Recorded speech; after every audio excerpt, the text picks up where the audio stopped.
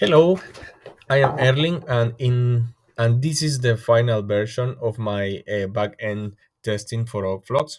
So, firstly, I just would like to introduce a little bit about Outflux. Outflux is a secure backend API designed to manage software updates, matching access, and licensing in industrial environments.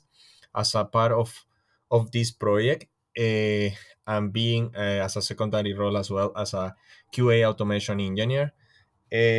I have implemented 241 test cases. Out of those ones, 100% are passing with complete assertion that verify the response status code, response structure, and the validation handling. So basically, in here we can see so the 241 test cases are fully passing with different number of assertion for each of them.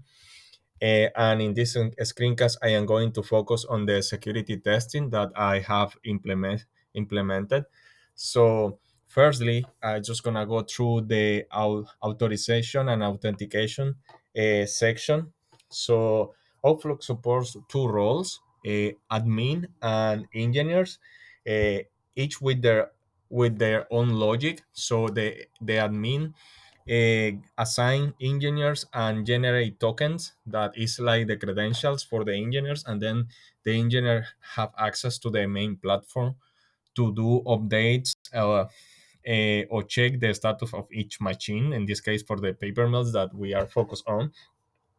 So basically, the test cases for the admin, I have focused on valid login and invalid login. For example, if I go through this one, so I just run it, we see that we have generated invoking our API from the for the web club. So the token, so this token, it will I will save it in my environment data. For example, if we come to at the project level, we're gonna see the environment data. Everything in here is passing dynamically and extracting them as well in case that we have to set up a new environment. So if, for example, we want to run the invalid credential, so we just run it and we see that we're gonna get the error message coming from the API, so invalid credentials, and we can certify this that I am passing wrong credentials and my email is coming from the environment data. So that's one of the section. The other one that we can focus on as well is the parsing the token. In here we go through with valid token, expired token, and a tampered token. All of these were tested to ensure that only valid tokens are grant access, unauthorized access, resulting 401 error or status code. And I also verify that share endpoints are correctly protected with role-based access for admin and engineers that uh, for a and for example, in here, if we come here, we're gonna see that we run here, we're on this, we are giving the access to the engineer, and here we can see that the admin has assigned for this engineer the machine 1 and machine 2 for our platform, and with the credential of this engineer. So, and then for example, if we want to pass an invalid one, we're just gonna see the same situation. So we just get the response from the status code 401, and then in our body we are passing a ROM a, a ROM token. So how I do that? So I have alterated in my authorization beer token the the token extracted from the admin, and then adding an extra character just to show that if we alterate the token or it's invalid, so it won't pass. So another section as well that we can focus on is in the brute force protection test, where I have tested the password chain functionality that weak or missing new password are rejected, incorrect current password return a secure error response. So for brute force attacks, I simulate multiple failing logins, and after repeating attempts, the system correctly returned 429 for too many requests, or 403 forbidden. along with the response too many login attempts. This happens uh, when we try to attend too many times. For example, if I keep going and trying to attend too many times in here, so it will trigger the status code 429, and obviously in that case, it will our system will block you for 30 minutes. Till those 30 minutes pass, you again can log in with the correct credentials. As well, I have going through the rate limiting uh, in here, and secure headers. In here, basically what we have done is just retry the just to check if our system has implemented some security headers. So we're gonna see that I we have implemented some of them, and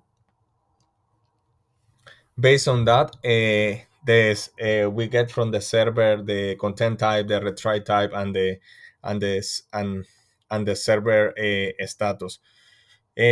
Some other and very important test cases as well that I have going through were the SQL injection test cases. That's more advanced.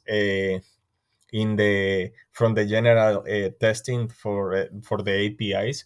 In here, for example, if we go through the authentication bypass, we want to see so many assertions. In here, I am seeing what is the response from my body, and then what I am trying to do is just basically adding a like a query in my email, so passing as a credential and see what will be the response, and check if there is any point of vulnerabilities in our system.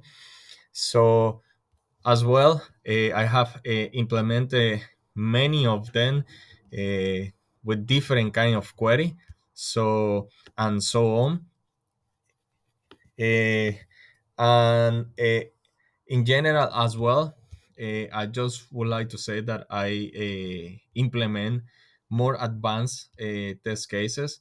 This one Saints always implementing different kind of queries to see if there is any breach in our database, and successfully all of them were solid, where we across the project implementation, I have founded some vulnerabilities. We sorted out, and then that's why the reason that nowadays all of them are passing. And lastly, it was the implementation of the HTML injection test cases. So basically, in here, I did so many alteration in the credential, in adding the credentials as well, or either implementing the in the endpoint to see if there is any situation. So basically here, that was the whole